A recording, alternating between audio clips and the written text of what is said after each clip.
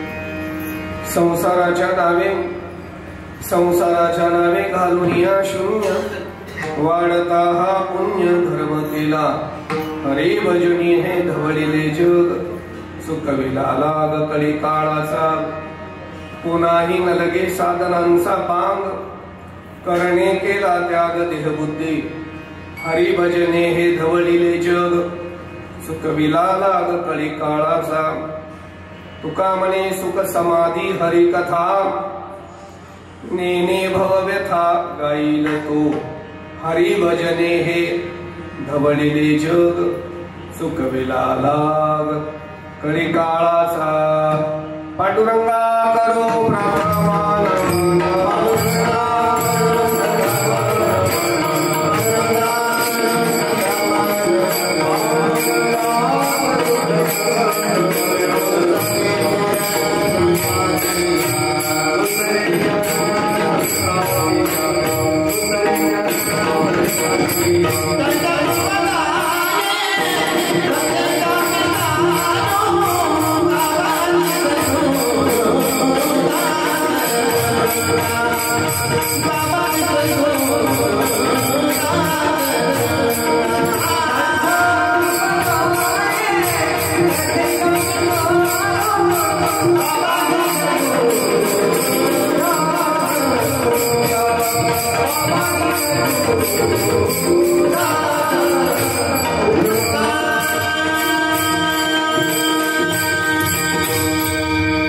पांडुरंगा करो प्रथम नमन दुसरे चरणा संतांचिया त्यांच्या कृपादाने कथेचा विस्तारो बाबाजी सद्गुरु दास तुका यदक्षर मणाखे आनंदम मजवेयम श्रीमन्निवृत्तीनाथे तख्यातमं दैवतम आश्रयेत संसाराच्या नावे घालून या शून्य वाढता हा पुण्य धर्म केला हरिभजने हे धवळिले जग, सुखविला लाग कळी काळाचा.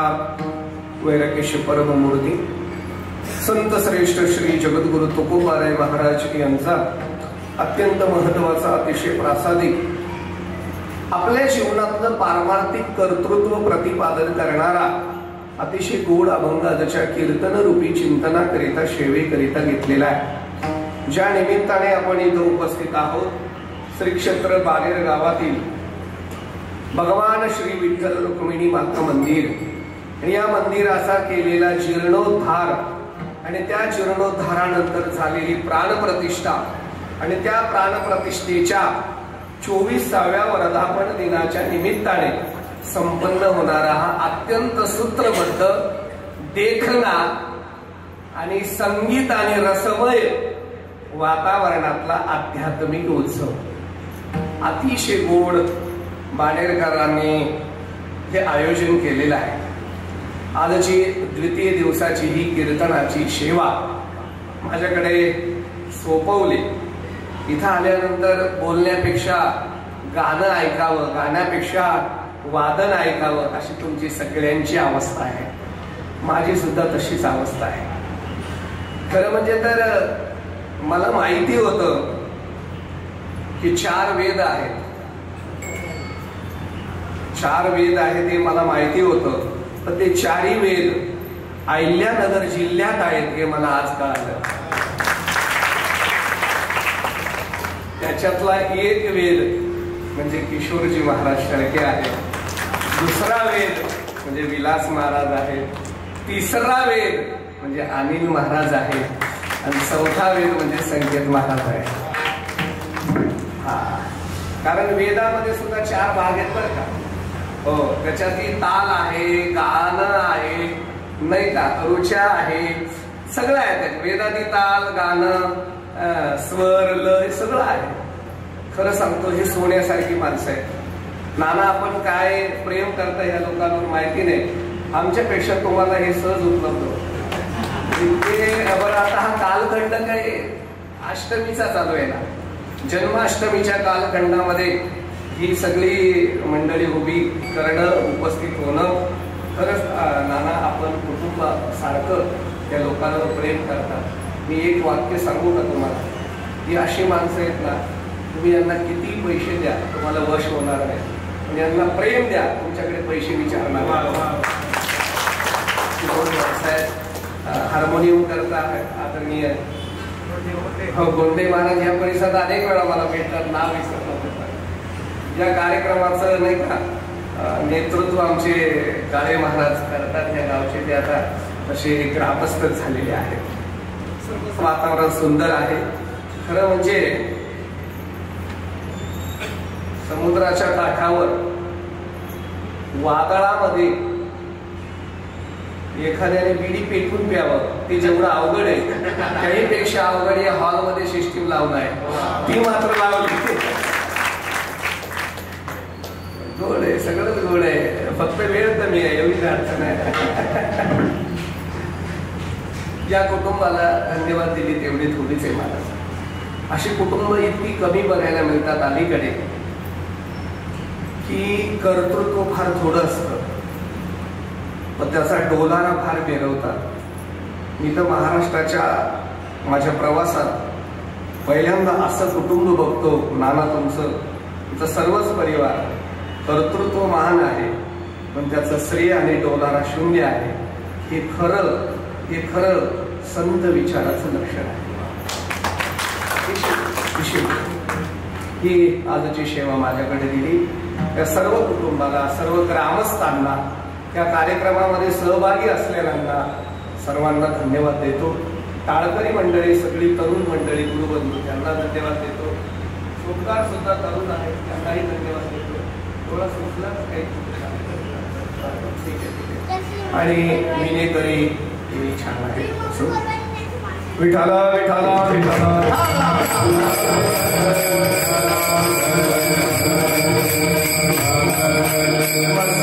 हे पायावरी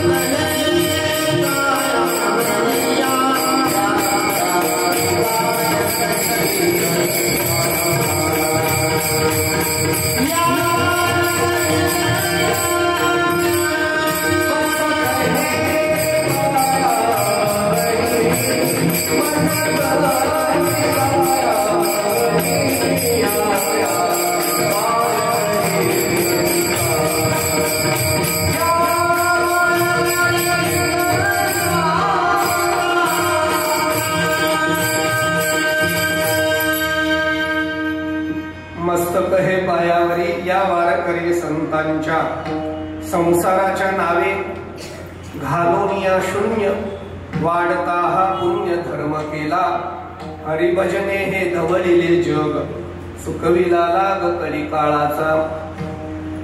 या अभंगाचा भाव काय आहे तर स्वकर्तृत्व महाराजांनी सांगितलेलं आहे। स्वकर्तृत्व तेव्हाच सांगता येतं त्या स्वकर्तृत्वाने जेव्हा परार्थ घडलेला असतो। ज्या स्वकर्तृत्व तेव्हा सांगता येतं जेव्हा त्या स्वकर्तृत्वाने परमार्थ घडलेला असतो। स्वकर्तृत्व तेव्हाच सांगता येतं कर्तृत्व स्वतःचं असतं पण फायदा समाजाचा असतं। स्वकर्तृत्व तेव्हाच सांगता येतं कर्तृत्व प्रपंचात करायचं असतं पण त्याचं कार्य परमार्थात करायचं असतं। आणि म्हणून तो तुकोबा आपलं स्वकर्तृत्व इथं मांडताय। स्वकर्तृत्व कुणाला मांडायचा अधिकार आहे मी 2-3 भाव सहज सांगतो। म्हणजे स्वतः केलेलं काम समाजासमोर घेऊन येऊन मांडण्याचा अधिकार कोणाला आहे तर पहिली गोष्ट ज्यांचं कार्य आकाशाला गवसणी घालणार आहे आणि ज्यांचं जीवन जमिनीवर आहे। कळालं का तुम्हाला? कार्य ज्यांचं आकाशाला व्यापून टाकणार आहे आणि ज्यांचं जीवन जमिनीवर आहे अशा जमिनीवर असलेल्या आणि आकाशाला गवसणी देणाऱ्या कार्यकर्त्याला आपलं कार्यकर्तृत्व मांडण्याचा अधिकार आहे। अलीकडे असं बघायला मिळतं ना कार्य जमिनीवर असतं कार्यकर्तेच आकाशात असतात। कार्य एवढंच असतं पण त्याची व्याप्ती फार असते। अलीकडे ना मसाले फार झाले, चव फार बेचव आहे पण विनाकारण मसाले लावले जातात। तसं काही नाही पण एक सांगू का तुम्हाला, आपण महाराष्ट्रातली माणसं आहोत। एक बघा तुम्ही विचार करू, आपल्याला काहीही ताण ठेवलेला नाही। आपल्याला प्रापंचिक सामाजिक जीवन जगण्याकरता इतका अचूक आणि योग्य मार्गदर्शन या वारकरी संतांनी करून ठेवलं याच्या आधी कोणी केलं नाही याच्या नंतर कोणी करणार नाही। फार सहजता उपलब्ध करून दिली आपल्याला। कदाचित आपल्याला त्याची जाणीव नसेल असेल पण कधीतरी आत्मचिंतन करून बघा। एका गाथ्यातल्या एका अभंगाचा अध्ययन करून बघा। मी त्याच्या पुढे जाऊन बोलू का? नाही अभंगाचं अध्ययन जमलं तर एका चरणाचा अध्ययन करून बघा। नाही एका चरणाचं अध्ययन जमलं तर अर्ध्या चरणासारखं वागून बघा। जीवन धन्य झाल्याशिवाय काय इतकी सहजता आहे। एक ओवी ज्ञानेश्वर महाराजांची अनुभवातून जगून बघा। क्या बात है।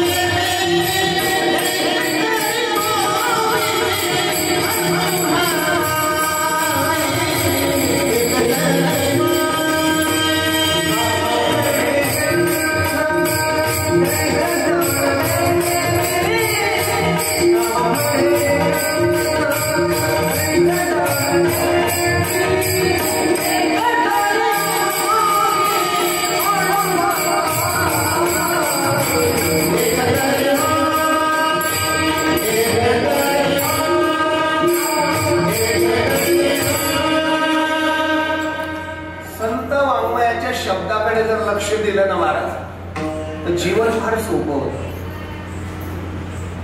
कोणत्याही संतांनी असं प्रमाण दिलं नाही ज्ञानेश्वरी पाठ करून बघावी, गाथा पाठ करून बघावा आणि गाडीवर गाथा मुखत जर नाव लिहावं अनुभवायला लावली। कारण एक ओवी जर जीवनात अनुभवली तर जीवन ओवीच्या पलीकडे जाईल आणि जीवन ईश्वराचं तत्व बनेल. या ओवीचा तो अधिकार आहे. म्हणून अनुभवायला लावले नाही का. ज्ञानेश्वरी जगायची आहे. म्हणून एक वाक्य नीट ऐका माझं. ज्ञानेश्वरी पाठ झाली नाही काहीच दुःख मानू नका, पण ज्ञानेश्वरी एकच ओवी अशी अनुभवा की त्या एका ओवीच्या अनुभवाने गावातले 10-5 लोक ज्ञानेश्वरी वाचायला लागले पाहिजे. कारण परमार्थाचा अर्थच असा आहे, तुम्ही करायचा आहे आणि इफेक्ट समाजाला द्यायचा आहे. त्याचंच नाव परमार्थ आहे. मी वारी करणं हा परमार्थ नाही. माझ्या वारीमुळे 10-20 लोकांनी माझ्या बरोबर वारीला येणं हा परमार्थ आहे.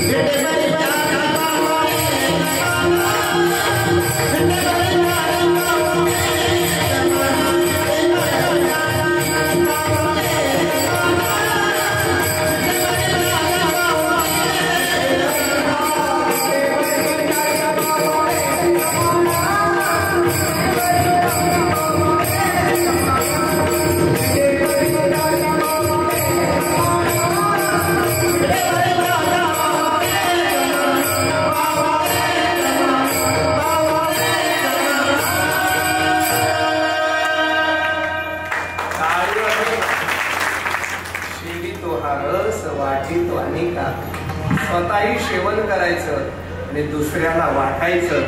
हे कार्य जीवनात घडायला लागलं की आपला परमार्थ सुरू झाला. जय जय वो शुद्धे उदारे प्रसिद्धे अनवरत आनंदे वर्षतीये. आता माझा भाव इथे येतोय की ज्यांना समाजामध्ये आनंद वाटता आला त्यांना आपलं कर्तृत्व देण्याचा सांगण्याचा अधिकार आहे. तर दुःख वाटणाऱ्यांनी काय खुशाल गाजवायचं, संसार उद्ध्वस्त करणाऱ्यांनी काय खुशाल गाजवा, परमार्थाचं वाटोळं ज्यांनी केलं त्यांनी काय खुशाल गाजवायचं. परमार्थाला ज्यांनी लावलं त्यांनी सांगायचं. आणि त्याच्यातही एक भाव आहे महाराज, अजून एवढं मोठं कार्य कर्तृत्व करून सुद्धा स्वतःकडे त्याचा अभिमान नसेल त्याने कार्य सांगावं. अजिबात अभिमान नाही. इतकं निरपेक्ष जीवन असलं पाहिजे. मी तर कधी कधी जगद्गुरु तुकोबाराय अनुभवताना इतकं कधी कधी मनाला भावतं महाराज, स्वर चालतेचा इतकं मनाला भावतं तुकोबाराय अनुभवताना.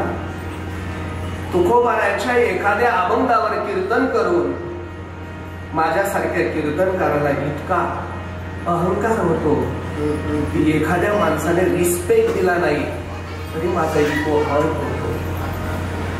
पण ज्यांना ज्ञानोबाराय रिस्पेक्ट देत होते तरी ते रिस्पेक्ट न घेता स्वतःची नम्रता प्रगट करत होते. काय जगद्गुरु तुकोबारायांचं जीवन असेल.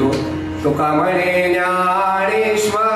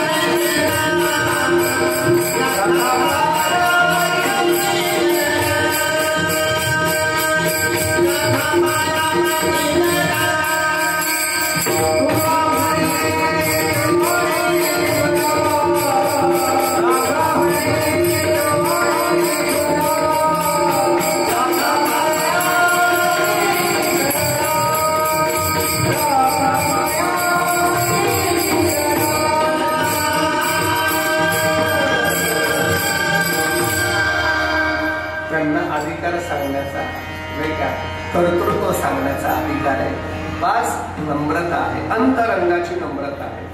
मी बरीच माणसं बाहेरून वागताना पाहिली, पण आतून लई ताट असतात. नुसते बाहेरून वागतात, आतून सरळच असतात. लाटणे ऐशी न लवी, ज्ञानोबा राय म्हणतात. लाटण्यासारखे असतात, नाही लाटण्यासारखेच असतात. संत मी बघितले बाहेरून कसे असू द्या, आतून मृदू असतात, नाही का. मृदू सबाय नवनीत तैशे.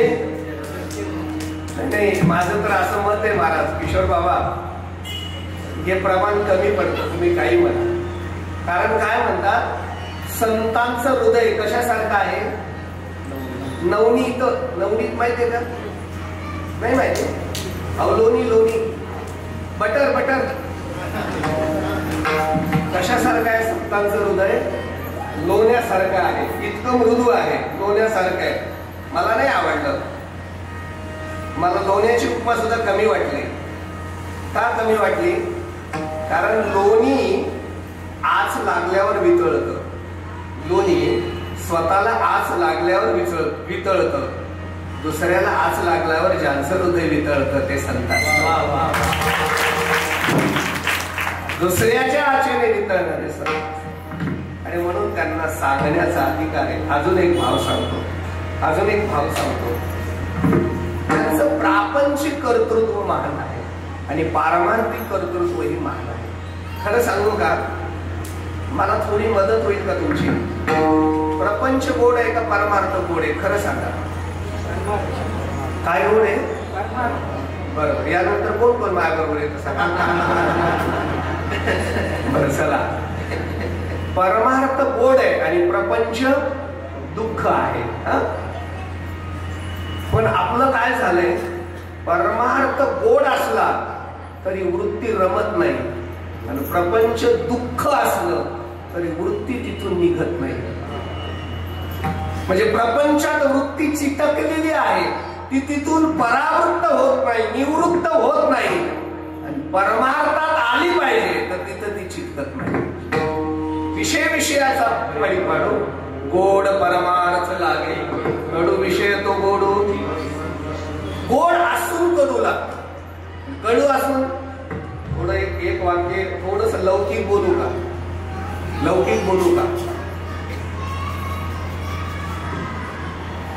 किती वजन असेल विण्याचं?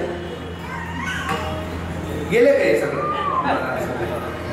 असं तुम्ही मला सांगा, विण्याचं वजन किती असू शकतं? फार झालं तर 2 किलो खूप झालं, 2-2.5 किलो खूप झालं, 3 किलो धरा. किती झालं? 3 किलो. खरं सांगू का, पण वाजवण्यात किती गोडी आहे. पण माणसं अशी विचित्र पाहिले, 10 किलोचा नातू दिवसभर बोकांडी घेऊन फिरतात, 3 किलोचा विना घ्यायला लाज वाटतात.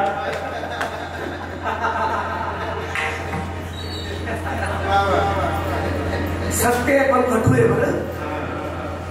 10 किलोचा बोजा घेऊन ते मोठं झाल्यावर विचारत सुद्धा नाही, तरी तिथं चिटकतो. पण त्याला अर्धा तास पारायण करायला हवा, पहारा करायला हवा. ते म्हणलं नाही हो, आपल्याकडे काम आहे का, जमत नाही बा आपल्याला. ही माणसाची वृत्ती आहे, माणसाची वृत्ती आहे की प्रपंचात चिटकते आणि परमार्थात सटकते. म्हणून तुकोबाराय बघा, तुम्ही काय सांगत बघा, तुकोबाराय प्रपंचात राहिले पण व्यवहारी नाही राहिले. माझं असं मत आहे, प्रपंचात राहा, प्रपंचात व्यवहार करा, पण व्यवहार परमार्थात आडवा येईल. मग मी व्यवहारी असे न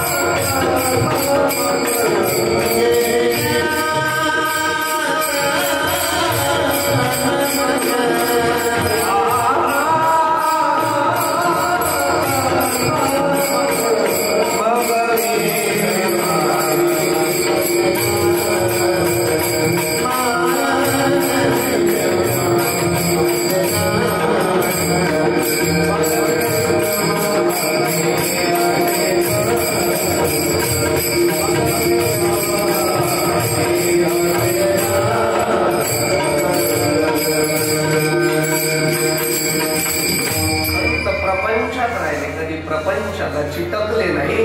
आम्ही परमार्थात राहिलो पण परमार्थाला कधी चिटकलो नाही. एक साधा सिद्धांत आहे, लौकिक गोष्ट आहे.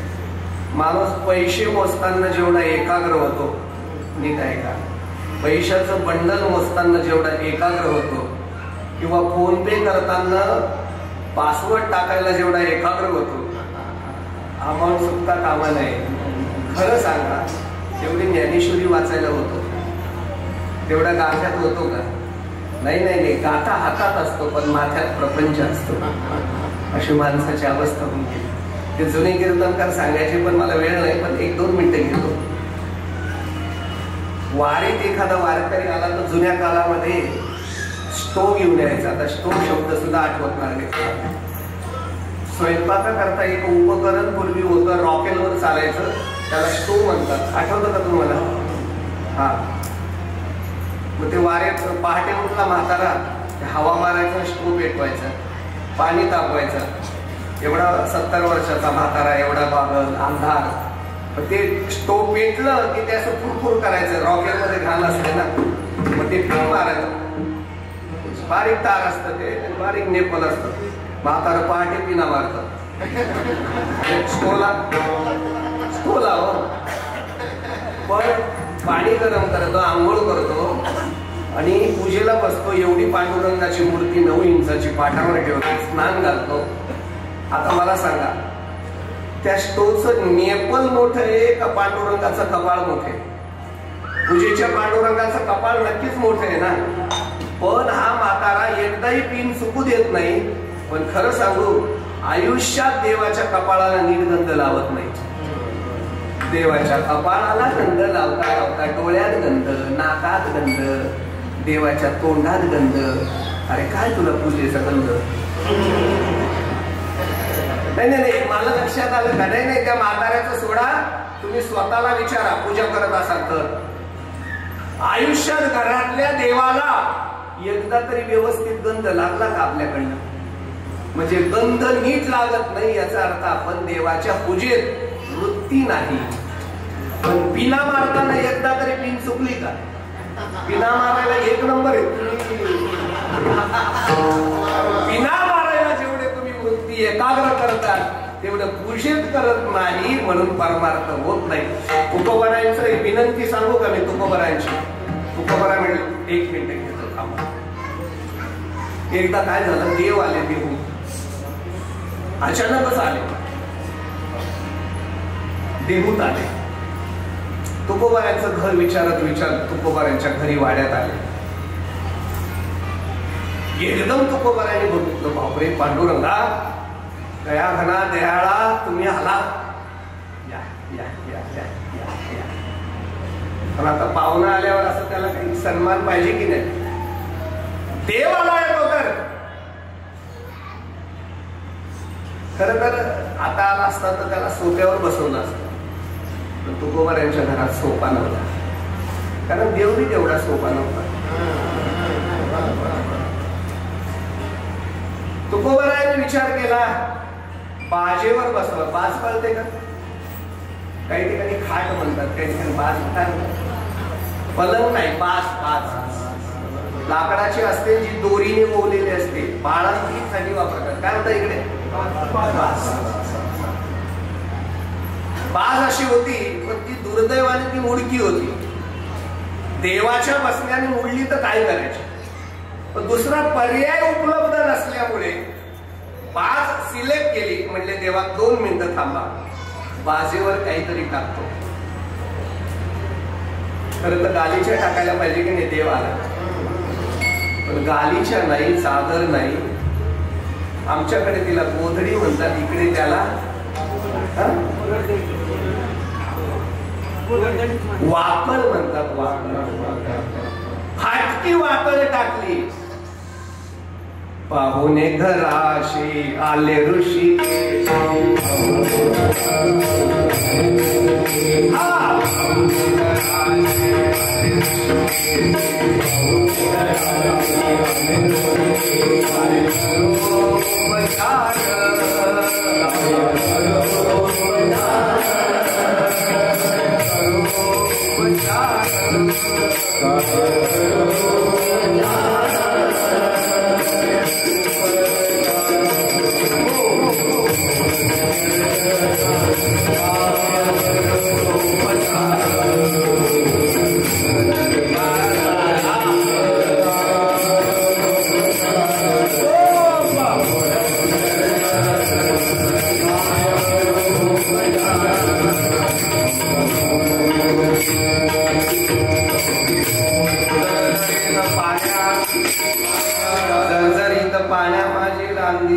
कन्या,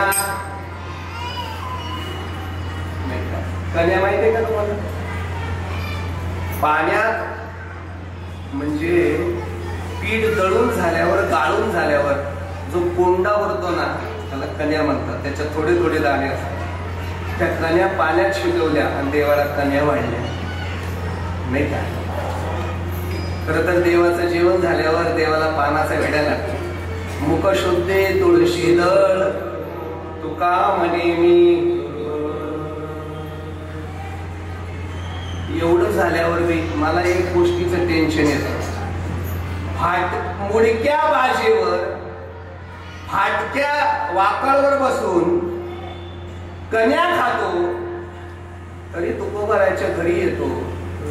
आम्ही पच्च पक्वान रोज दाखवतो तरी स्वप्नातही येतो. 36 वर्ष पाणी भरतो तरी नाथ महाराजांच्याच घरी राहतो. आम्ही 36 तास पायी चालतो तरी स्वप्नातही येत नाही. त्याचं कारण सांगू. आम्ही करतो पण अपेक्षेने करतो. संत करतात निरपेक्षेने करतात. तुळशी दळ खाऊन भगवान प्रसन्न झाले आणि तुकोबारायांना म्हटले बोला काय देऊ. खरं तर मी राहिलो असतो तर मी तुकोबा देवाला सांगितलं असतं मी लढतो मग नावळ. राहू दे आशीर्वाद. प्रचंड मतांनी निवडून आलो तरी ईर्ष्याला चढवायला पंढरपुरा आहे की नाही. अजून एखादा राहिला असता तर व्यवसाय मागितला असता, एखादा मागितला असता तर धन मागितलं असतं, एखादा बायक राहिला असता तर पोरगा मागितला असतं. तुकोबारायाला देवाने सांगितलं काय देऊ. तुकोबारायांची बायको जिजाऊ सांगत हो हो मागा, संधी आली मागा. तुकोबारा काय म्हणते काय म्हणते मागा ना. या माणसाला कळतच नाही. मागा. तुकोबारा म्हणले मागू मागा मागा. तुकोबारा म्हणले देवा म्हणजे मागतो बरं का मागतो. तो देव म्हणजे मागा मागा मागा. तुकोबाराने हात जोडले देवाला सांगितलं तेथे माझी हरे वृत्ती राहो वृत्ती राहो तेथे माझी हरे वृत्ती राहो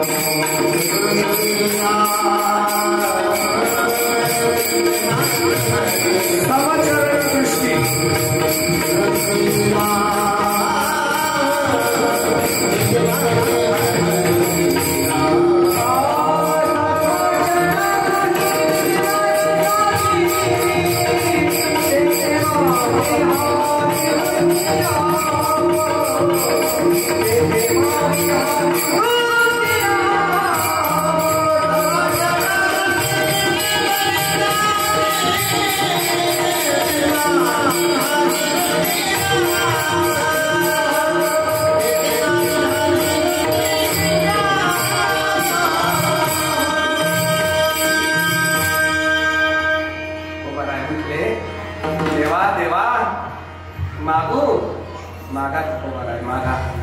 देव अटेन्शन मध्ये देण्याकरता आई साहेब नाही का जिजाऊ आता काय मागतात उत्सुकता. आणि हा बाबा म्हणतो तुझ्या चरणावर माझी वृत्ती लावू दे. जे चरण सम आहेत, जे चरण विटेवरती आहेत, जे चरण साजिरी आहेत, जे मुख कमलवदन आहे, जे मुख हास्यवदन आहे राहू दे देवा. बाकी अनेक न लगे. जे आटणार आहे ते नको देवा. नको नको नको. ते घेऊन काय करू. देव म्हटले तुकोबाराय जरा डोळे उघडा. डोळे अहो डोळे उघडा तुकोबाराय. ही काय संसाराची अवस्था आहे. आणि अशा वेळेला मी देऊत आलोय तुमच्या घरात आहे. मी देण्याकरता आहे. जरा डोळे उघडा. डोळे उघडू असतील तर ना. डोळे उघडू असतील तर ना. खरं तर तू मला आंधळ करून ठेवलं. आता उघडायचा विषय येतच नाही. सहज मी आंधळा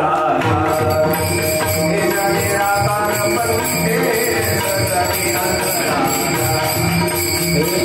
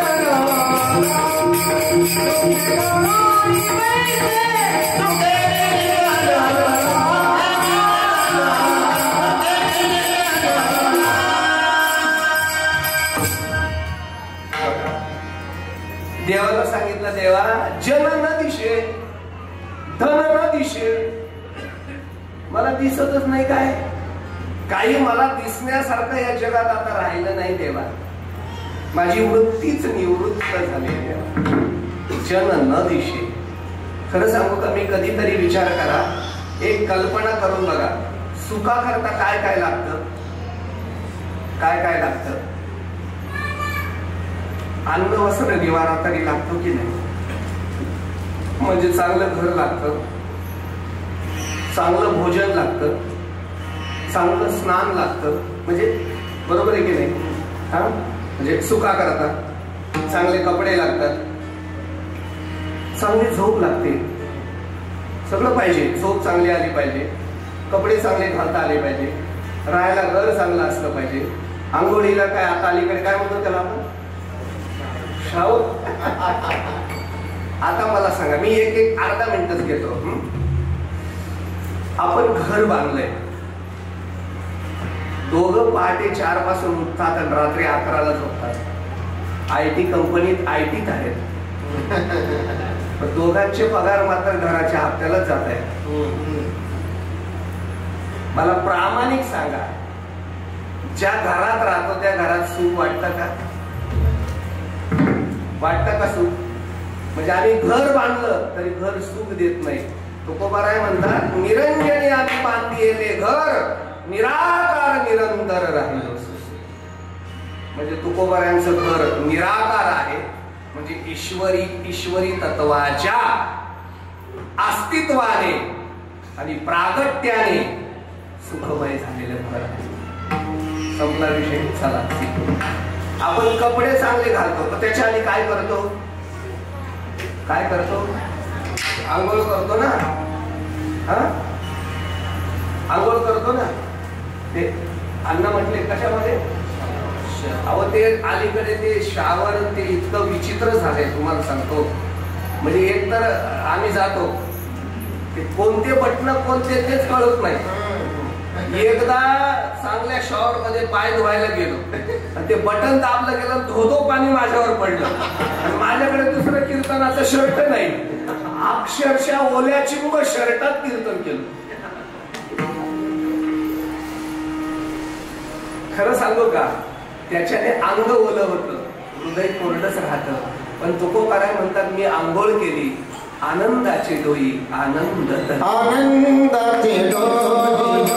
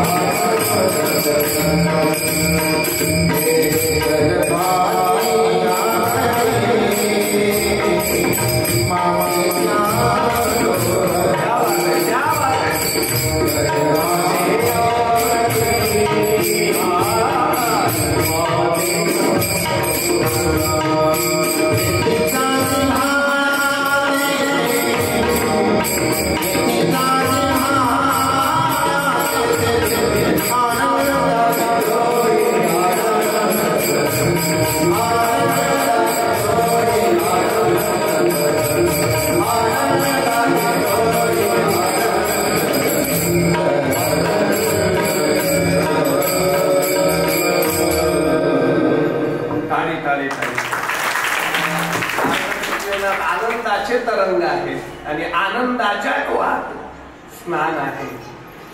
चला चला अजून एक सांगतो. माणसांना अलंकार घातल्यावर आनंद होतो ना, काय भाव आहे आता? आनंद होतो की नाही? पण अलंकार घातल्यावर आम्हाला आनंद होतो का नाही मला माहिती नाही. जे मी दुसऱ्याने विचारलं तर होतो, कोणी विचारलंच नाही तर घालून बी फायदा.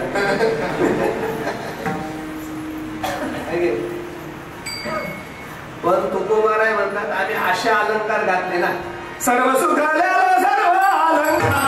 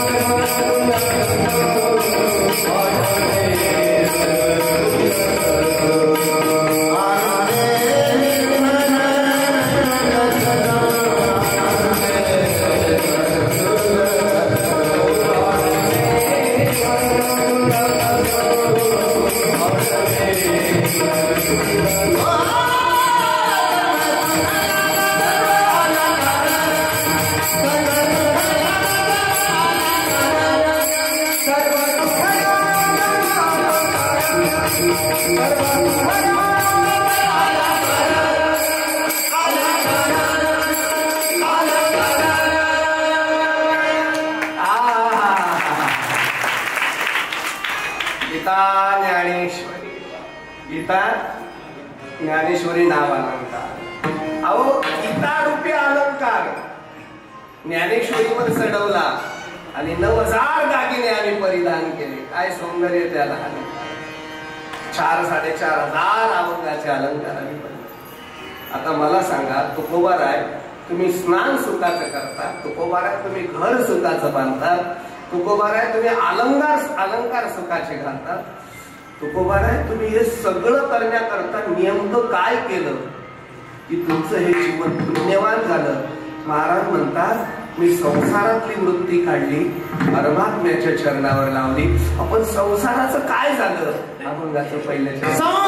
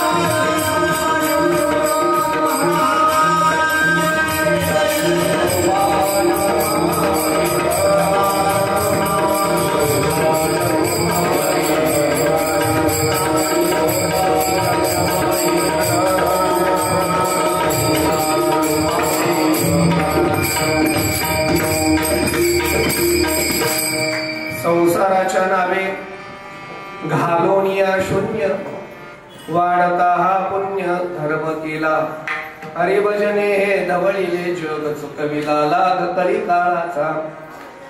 महाराजांनी संसारावर शून्य घातला म्हणून हे सगळं करता आलं. आता शून्य घालायचा म्हणजे नेमकं काय करायचं? सोडायचं पंढरपूरला जायचं. शून्य घालायचं म्हणजे नेमकं काय करायचं? वेळेचं भान आहे पण थोडस बोलतो. शून्य घालायचं म्हणजे पहिली गोष्ट शून्य जाणून घ्यायचा. शून्य म्हणजे काय?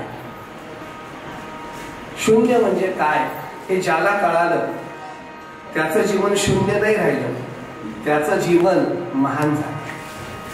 तर शून्य म्हणजे काय?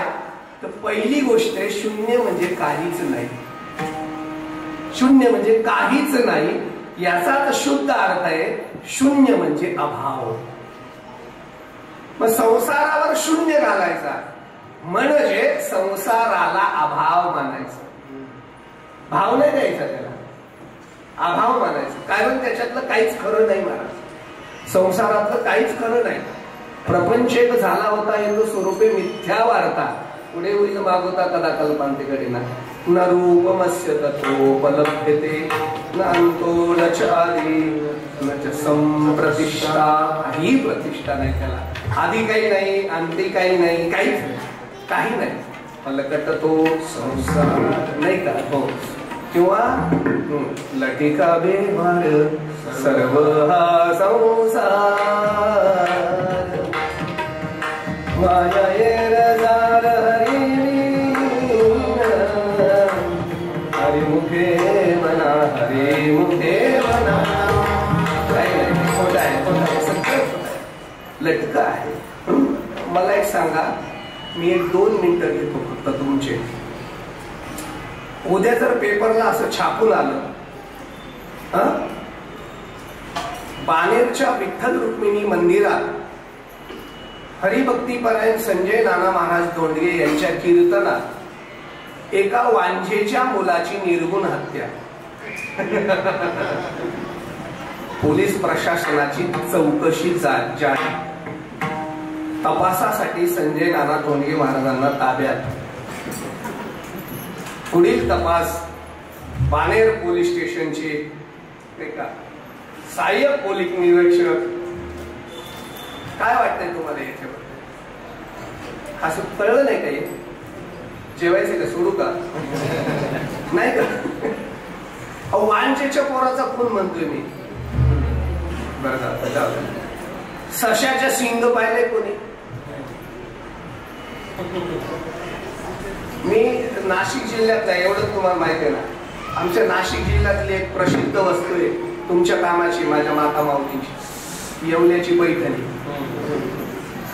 मी 1 लाख रुपयाची पैठणी माझ्या बाणेरच्या बहिणीला द्यायला तयार आहे.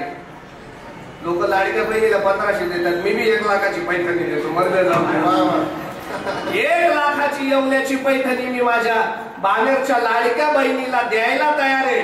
फक्त माझी एकच अट आहे, माझ्या बाणेरच्या लाडक्या बहिणीने काशवीच्या तुपात मला शिरा करून खाऊ घालायचा आहे. कोण तयार आहे? घ्या उभं त्या पैठणी. कोण तयार आहे? काशवीच्या तुपात शिरा शक्य आहे का? सशाचं शिंग शक्य आहे का? वांजेचं पोर शक्य आहे का? मेघा गंधर्व दुर्ग काय पडावे, शशविषानं काय मोडावे, ओवावे मग तोडावे, मांज्याची आलिका पेक्षी जन्मपत्रिका. सगळं खोटं आहे. मग तसं संसार बी खोटा आहे, त्याला अभाव माना. विशेष. आता दुसरी गोष्ट आहे का, त्याला अभाव माना. अजून दुसरा एक अंग आहे, संसाराला अभाव माना आणि ईश्वराला भाव माना. आता ईश्वराला भाव मानायचं म्हणजे संसार अभाव आहे म्हणजे शून्य काहीच नाही, आणि ईश्वर भाव आहे म्हणजे ईश्वरच शून्य तत्व आहे. शून्याचे नभत्व गुणोनी गुणत्रयाते ननोनी शून्यते महाशून्य श्रुती वचन. परमात्मा तत्व निर्गुण निराकार आहे. स्वगत सजाती विजाती भेद रहित आहे. परमात्मा तत्व जर शून्य आहे तर दिसणार माईक बाजूला करा आणि त्याच्यातलं शून्य निर्गुण निराकार परमात्मा तत्व शोधा आणि त्याला भाव माना. जनीवनी अवघा देव म्हणा. संसाराच्या नावे शून्य घातल्यासारखा. तिसरा भाव, देह मिळाला आहे, देह सजवण्याकरता वापरू नका, नटवण्याकरता वापरू नका. मग देह मिळाला आहे तो परमार्थ कार्याकरता ह्या देहाचा वापर करून घ्या. या मनुष्य देहाने याच जन्मामध्ये ईश्वराची प्राप्ती करून घ्या. देहाची किंमत कमी करा म्हणजे संसारावर शून्य घातल्यासारखाच आहे. चौथा भाग आहे शून्य घालायचं म्हणजे काय करायचं. 1-2 मिनिटं. शून्य शून्य शून्यच आहे आणि परमात्मा एक आहे. काय म्हणतो मी? शून्य शून्यच आहे आणि परमात्मा एक आहे. एक परमात्मा एकटाच आहे आणि किती शून्य येऊ द्या शून्यच आहे. समजा मला आता अडचण आहे, एवढे चांगले संबंध झाले, मी नानांना सांगितलं नाना अडचण आहे, 1 लाख रुपये मला उसने द्या. नाना नाही म्हणतील का? नाना म्हणतील घेऊन द्या महाराज, आज नाही उद्या तुमची परिस्थिती काम म्हटलं की द्या, चेक आहे माझ्याकडे घेऊन जा. समजा नानांनी चेक दिला मला देऊन, बंद पाकिट मध्ये दिला. मी दुसऱ्या दिवशी गेलो बँकेत चेक लावायला लागलो. नानांनी त्या चेकवर 5 शून्य लिहून दिले होते. किती शून्य आहे? आता 5 शून्य लिहिलेला चेक मी बँकेत भरल्यावर किती पैसे मिळतील मला? 5 शून्य वर किती? कस काय 5 शून्य? इंग्लिश मीडियमला जाता तुम्ही, तुमचा दोष नाही काही. नुसते 5 शून्य म्हणतो बेटा मी. 5 शून्य. 1 रुपया मला बँकेत मिळणार नाही पण माझं काम आहे.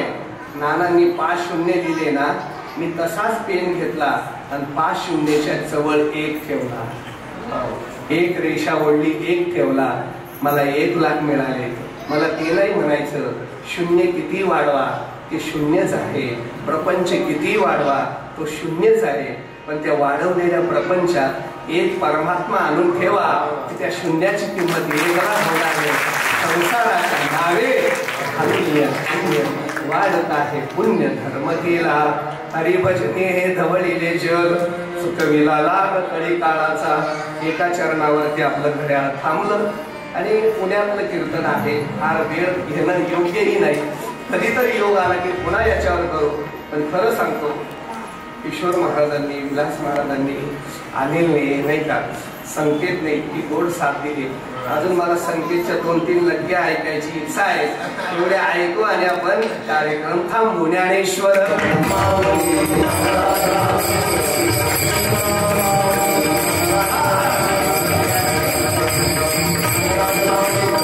व्यष्टी कल्याणे करणे केला त्याग देव बुद्धी. आणि 4थं चरण समष्टी कल्याणे. 4थं चरण मी म्हणतो नीट ऐका. तुका म्हणे सुख समाधी हरी कथा नेने भाव व्यथा गाईल तो. तुका म्हणे सुख समाधी हरी कथा नेने भाव व्यथा गाईल तो. आता परत हे चरण ऐका. तुका म्हणे सुख समाधी हरी कथा नेने भव व्यथा गाईल तो. काय करायचं ते तुम्ही ठरवा. हरिभजने हे धवळीले जग. नेहमी हरीचं भजन करा म्हणजेच नामस्मरण करा. नाही का? आज बाणेरगावच्या या उत्सवात येण्याचं भाग्य तर म्हणजे किशोर महाराज आणि काळे महाराज. किशोर महाराजांनी किती फोन केले असतील विचारू नका. रोज फोन चालू आहे असं समजा. मला टाळू नका बरं, वेळेवर या बरं. कारण त्यांचं इतकं प्रेम आहे. मी एक गोष्टीचा मला कायम स्वाभिमान आहे. तुम्हाला मी खरं सांगतो एक गोष्टचा मला कायम स्वाभिमान आहे. महाराष्ट्रात अनेक कीर्तनकार असतील पण माझ्या इतकं प्रेम करणारे गायक या महाराष्ट्रात कोणीच नसते. माझ्यावर जेवढं गायकांचं प्रेम आहे, वादकांचं प्रेम आहे, तेवढं कोणत्याच कीर्तनकारावर नाही. माझं तर आहेच, नाही तर प्रमाण दिलं की डोळे वटारणारे आहे. म्हणजे स्वतःचा स्वर लागत नाही. एखाद्या गायकाने प्रमाण दिलं का प्रमाण द्यायचं नाही आणि म्हणू दे ना भाऊ काय एवढं टेन्शन. पण ही मंडळी प्रेम करतात. असो अजून एक भाव आहे याच्यामध्ये. मला हे कुटुंब ज्ञानदानाचं कार्य करत आहे. अनेक शैक्षणिक संस्था आहेत. ज्ञानदानाच्या कार्याबरोबर अध्यात्माचं ज्ञानही समाजासमोर जावं म्हणून सगळा व्यवहार थांबून इथं पुराण्या जुन्या घरात येऊन राहतात आणि वारकऱ्यांची सेवा करतात. असं कुटुंबासाठी टाळे वाजून सगळी मंडळी माझ्या बरोबर माझ्या गावची माजी पोलीस पाटील, आमच्या देवळ्याचं फार मोठं व्यक्तिमत्व, खास आज योगायोगाने माझ्या बरोबर आलेले हिरामन अण्णा संतोष गांगोर्डे, त्यांनाही विशेष धन्यवाद देतो. आणि आपल्याला 2च मिनिटं भैरवीच्या ऐवजी महाराज तुम्ही वाजवता का पेटी की 2-3 लत्या आमच्या संख्येच्या वाजव, म्हणजे त्यांना काय हवा येते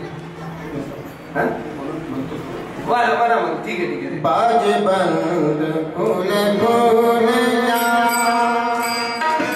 बाज बंद फूल फूल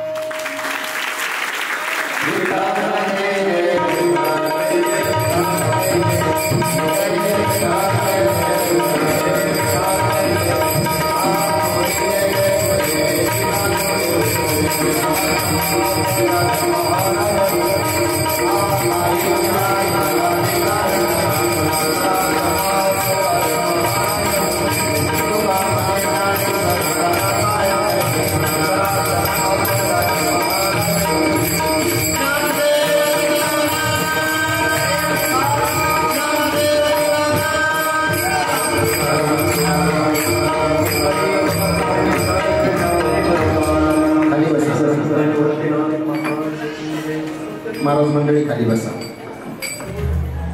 धन्यवाद महाराज. संसाराच्या नावे घालून या शून्यात वाढता हा पुण्य धर्म केला. महाराजांनी अत्यंत सुंदर असं या अभंगावर विवेचन केलेलं आहे. मंडळ महाराजांचा आभारी आहे. धन्यवाद महाराज. नाना आज खूप लांबून येऊन प्रवास करत गर्दीमध्ये सारखं कॉन्टॅक्टमध्ये असताना सांगितलं महाराज तुम्ही काही चिंता करू नका, वेळ देतो. नाना वेळेत हजर झाले. तसं आज 3 नाना घेतले. संजय नाना धोंडगे देवळा नाशिक,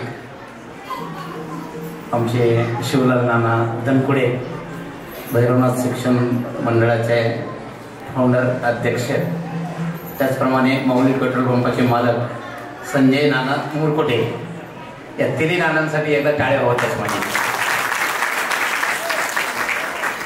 धन्यवाद किशोर महाराज, फार सुंदर.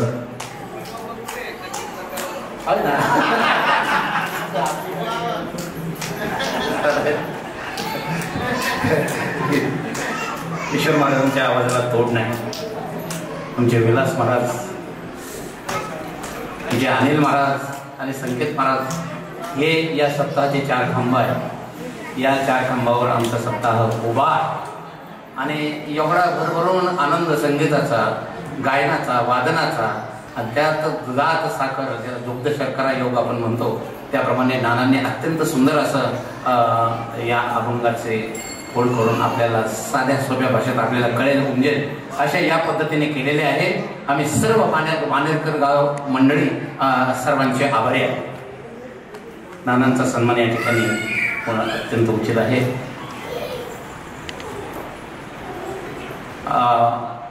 हरिभक्तीपरायण प्रल्हाद कळमकर ट्रस्ट